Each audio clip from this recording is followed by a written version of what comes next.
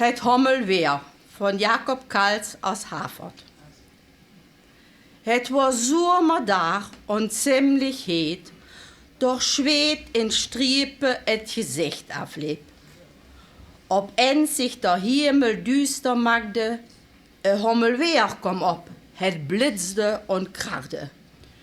Jübke liep gauw naar Tant Katrien, da dacht het hem zeker te zien. Tant Katrien zat de gewiede keerts op den Dusch.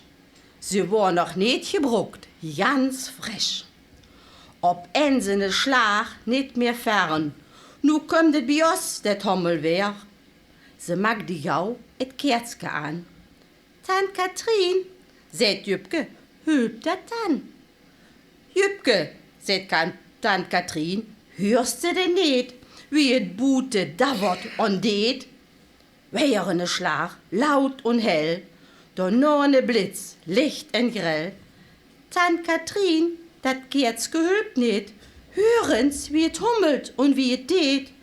Ja, jong, zei de Tant, het hört niet op, maar dat deed welt nog niet in de kop. Zeg, maakt ihr heemke keertske aan?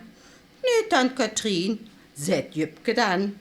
Wat doet ihr dan bij je Hommelweer? Wohl de Tant nu wierte. Jübke überlacht und sagt, wir lassen het hummelen, bis het übergeht.